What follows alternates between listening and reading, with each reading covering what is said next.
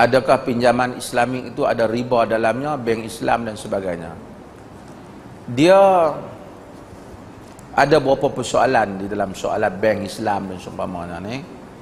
Pertama, dia dari segi kaedah akad tu banyak yang kelihatannya dari segi kaedah dia bukan riba lah. Dia bukan riba.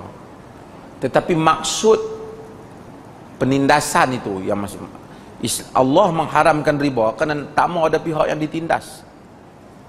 Tapi adakah telah bank Islam yang ada hari ini telah berjaya membebaskan sistem perbankan Islam yang ada ni, telah berjaya mengeluarkan manusia daripada penindasan yang dimusuhi oleh agama yang ada dalam sistem riba, kapitalis riba itu? Itulah satu persoalan yang ditimbulkan oleh banyak perbincangan. Walaupun kod mana pun itu alternatif yang ada lah, kita ambil dulu alternatif itulah. Tapi kadang-kadang oleh kerana sistem itu dibuat di dalam ataupun perbankan tu masih dibuat di dalam kerangka sistem kapitalis, ambil hak kapitalis buah pelekat tu. Jadi dia tak boleh nak lari daripada kesan yang hampir sama. Walaupun kok mana pun dia tetap ada perbezaan lah dari segi akad dan kesan. Cumanya yang menjadi asas kepada agama ini ialah ma'ani, bukan mabani dia panggil. Ma'ani ni maksud apakah tujuan yang syarak mau, bukan sekadar lafaz.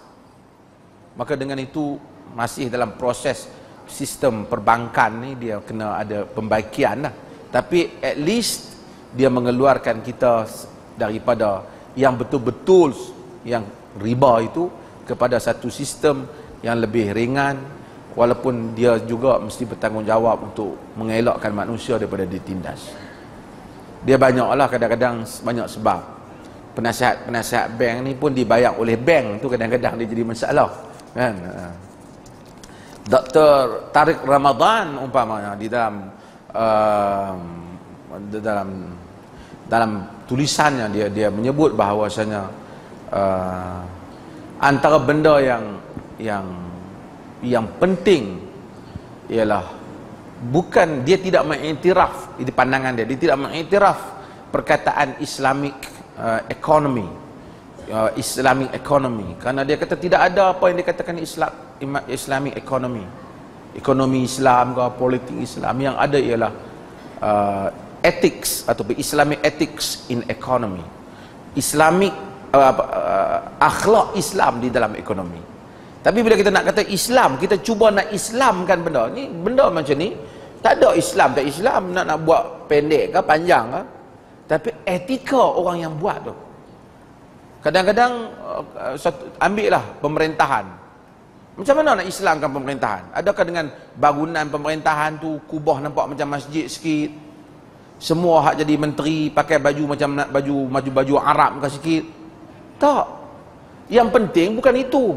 Ataupun bila bercakap baca bismillah sikit, ceramah sebut ayat Quran sepatah dua, nampak macam pemerintahan Islam. Itukah yang kita mahukan? Ataupun akhlak dia mesti Islam, dia tidak rasuah, dia tidak menyalahgunakan kuasa, dia berhati-hati dengan harta rakyat? Itukah yang lebih penting? Ataupun form, slogan-slogan itukah yang lebih penting? Jadi kata Tariq Ramadan, yang penting ialah akhlak itu. Etika Islam di dalam politik, etika Islam di dalam ekonomi, itu lebih penting daripada menamakan ekonomi Islam, politik Islam dan seumpamanya. Dan bahkan dia tak iktiraf benda tu.